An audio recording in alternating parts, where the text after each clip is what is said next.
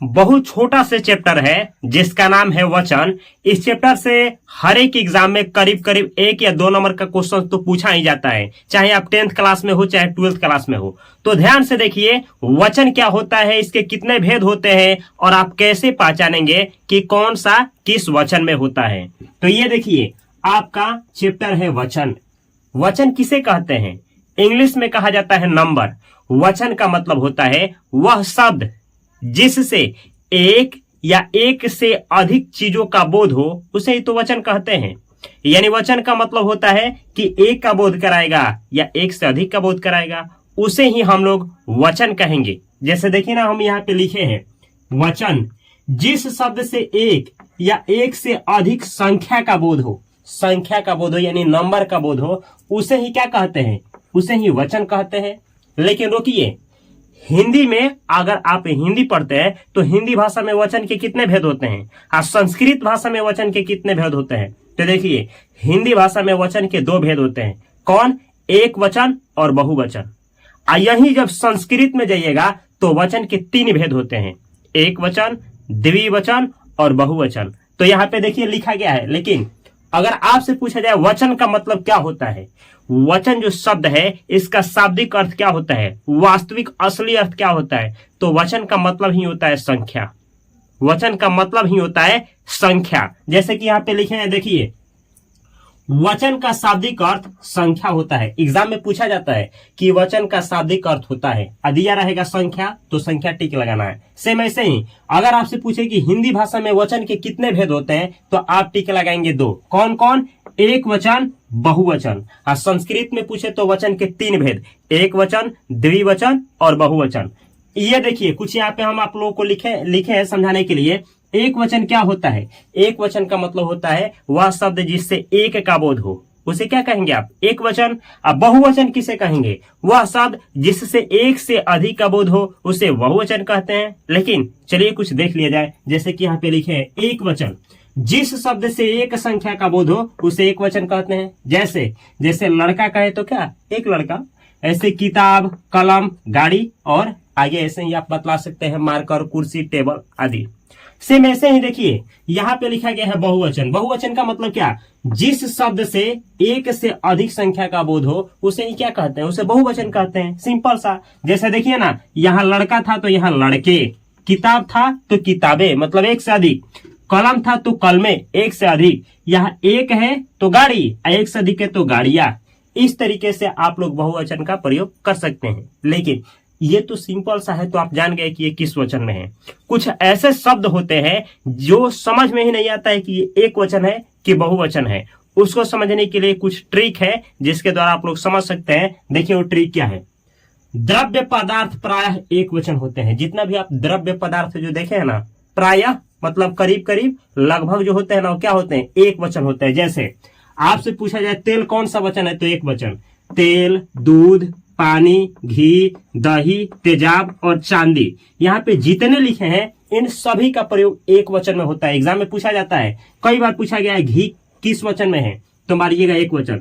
दही कौन सा वचन है, तो एक वचन। ऐसे ही तेल, दूध, पानी, कोई भी पूछ सकता है इसमें से, तो याद रखना है कि ये सब का सब एक वचन है। सेम ऐसे ही रिश्ते ना एक वचन होते हैं और ना बहुवचन। देखिए बहुत सारा रिश्ता है, भाई बहन का रिश्ता, चाचा चाची का रिश्ता, जितना भी रिश्ता है ना, तो ना तो ये एक ही वचन होता है और ना ये बहुवचन होता है। याद रखिएगा रिश्ते का कोई वचन ही नहीं होता है। जैसे कि यहाँ आपको दे दिया जाए कि नाना कौन सा वचन है, दिया रहेगा ऑप्शन में एक वचन, बहुवचन और कोई वचन नहीं, इनमें से सभी, तो क्या मारिएगा? कोई वचन है। इसका वचन ही नहीं होता है। कहने का मतलब है नाना जो है ना, ये एक वचन भी है और बहुवचन भी है। यानी रिश्ता जो होता है ना, वो एक वचन भी होता है, बहुवचन भी होता है, दोनों होता है। तो इसीलिए यहाँ पे लिखा गया है कि वचन, इसका ना कोई वचन ही नहीं होता है। यानी हिंदी भाषा में देखा जाए तो इसका कोई वचन नहीं होता है। जैसे नाना, नानी, मामा, मामी, भाई, बहन, चाचा, चाची, इसका कोई वचन नहीं होता है। यानी यह एक वचन भी होता है और बहुवचन भी होता है। समझे? सेम ऐसे ही देखिए सदैव बहुवचन, कुछ ऐसे शब्द है ना जो हमेशा और हमेशा क्या बहुवचन प्रयोग होते हैं। जैसे देखिएगा होश, हमेशा आपसे पूछा जाएगा होश कौन सा वचन है, बहुवचन। आंसू बहुवचन, प्रजा बहुवचन, दर्शन बहुवचन, भाग्य बहुवचन, दाम बहुवचन, हस्ताक्षर पूछा गया एग्जाम में, हस्ताक्षर कौन सा वचन है, बहुवचन, प्राण बहुवचन, समाचार पूछा जाता है बहुवचन, बाल, लोग, हालचाल को पूछा जाता है, हालचाल कौन सा वचन है, बहुवचन। ऐसे ही याद रखिएगा धातु जो होते हैं ना वो एक वचन में होते हैं। जैसे यहाँ धातु, धातु मतलब क्या, आप साइंस पढ़े होंगे तो धातु अधातु पढ़े होंगे, तो जो धातु होता है ना वो एक वचन होता है, एक वचन में प्रयोग किया जाता है। जैसे सोना किस वचन में है, एक वचन, चांदी एक वचन है कि बहुवचन, एक वचन, सोना, चांदी, लोहा, तांबा, ये जितना देख रहे हैं ना ये आपका क्या होता है, एक वचन होता है। आपसे पूछा जाएगा एल्यूमिनियम, एल्यूमिनियम कौन सा वचन में है, एक वचन। सेम ऐसे ही देखिए कुछ शब्द ऐसे होते हैं जो एक वचन और बहुवचन दोनों समान होता है, एक वचन और बहुवचन दोनों समान होता है। जैसे प्रजा, प्रजा जो है ना इसका एक वचन भी और बहुवचन भी दोनों समान होगा। बिंदु एक वचन बहुवचन दोनों समान होगा। याचना जो है एक वचन और बहुवचन दोनों समान होगा। याद रखिएगा कि ये जो रिश्ता है ना इसका कोई वचन नहीं होता है, ना ये एक वचन होता है ना बहुवचन होता है, ऐसे जानिएगा। आगे देखिए यहाँ लिखे सिर्फ एक वचन में हर एक जो शब्द है, हर एक शब्द ये क्या होता है, एक वचन में होता है। ऐसे ही प्रत्येक शब्द एक वचन में होता है। हर शब्द, ये तीनों शब्द हर एक, प्रत्येक और हर, ये तीनों ऐसे शब्द हैं जो हमेशा वाक्य में ना एक वचन के रूप में प्रयोग किया जाता है, एक वचन के रूप में। हर एक का मतलब क्या, एक एक के अर्थ में कहा जाता है। प्रत्येक मतलब क्या, प्रत्येक, एक एक, समझे। हर मतलब अलग अलग, समझे। तो ये देखिए हर एक, प्रत्येक, हर, ये तीनों शब्द हमेशा एक वचन के रूप में प्रयोग किए जाते हैं। कैसे, जैसे दिया ये ऐसे देता है एग्जाम में, हर एक कुआं का पानी मीठा नहीं होता है, हर एक कुआं का पानी मीठा नहीं होता। इस वाक्य में हर शब्द है एक वचन, बहुवचन, द्विवचन, द्विवचन, ऐसे ही भरमाने के लिए द्विवचन, इनमें से कोई नहीं। तो याद रखिएगा हर ये जो शब्द है कौन सा वचन होता है, एक वचन। सेम ऐसे ही पूछा जाएगा प्रत्येक व्यक्ति अच्छा नहीं होता है। इस वाक्य में प्रत्येक शब्द कौन सा वचन है, एक वचन, बहुवचन, इनमें से कोई नहीं। क्या मारिएगा, तो मारिएगा आप प्रत्येक जो शब्द है एक वचन है। सेम ऐसे ही एक देगा हर एक व्यक्ति इस सच को जानता है।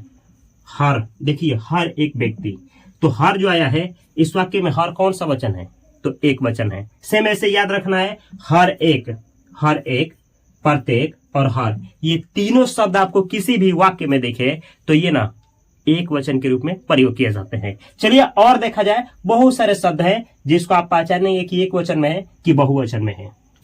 अगला नियम है, देखिए लिखा गया है जिस शब्द के अंत में, जो शब्द हो उसके अंत में क्या लगा हो, लोग या फिर गण या फिर जन या फिर वृंत या दल या जाति या समूह या वर्ग, जिस शब्द के अंत में इसमें से कोई भी एक दिख जाए तो वो क्या होते हैं, वह जो शब्द होते हैं ना वो बहुवचन होते हैं। जैसे देखिएगा यहाँ लिखा गया छात्र ना, इसका बहुवचन जानते हैं क्या होता है, छात्र वर्ग। जिसमें ये देखिए वर्ग लगा है, वर्ग, ये वर्ग दिखाए ना वर्ग, तो ये छात्र वर्ग क्या है, बहुवचन।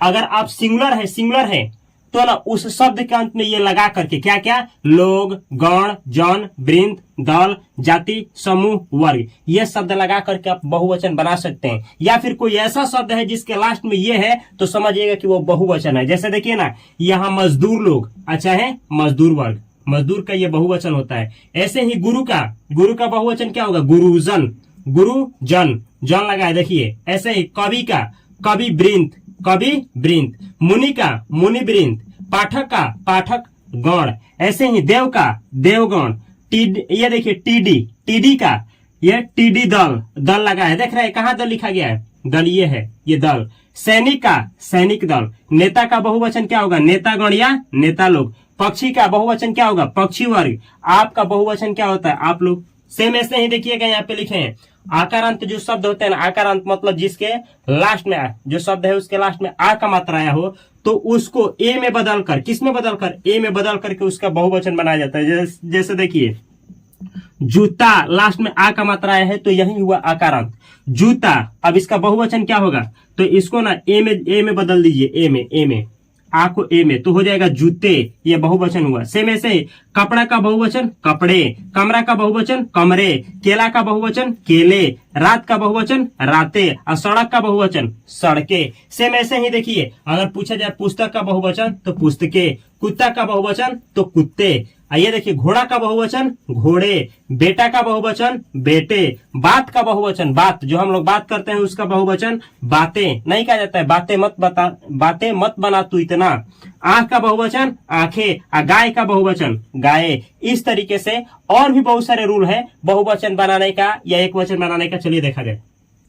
अगला नियम है आदर सूचक शब्द। जितने भी आदर सूचक शब्द होते हैं ना, यानी जिससे बड़ों का आदर किया जाता है, तो आदर सूचक जो शब्द होते हैं वो बहुवचन होते हैं। कैसे? देखिए ना, यहाँ पे लिखे आदर सूचक शब्द जो होते हैं बहुवचन होते हैं। जैसे माता जी, पिताजी, चाचा जी, चाची जी, मामी जी। तो जिसमें जी लगा हो, जो आदर का बोध कराए, वह शब्द क्या होता है? वह शब्द आपका बहुवचन होता है। जैसे देखिए, ऐसे वाक्य दे दिया जाएगा, माता जी आई हैं।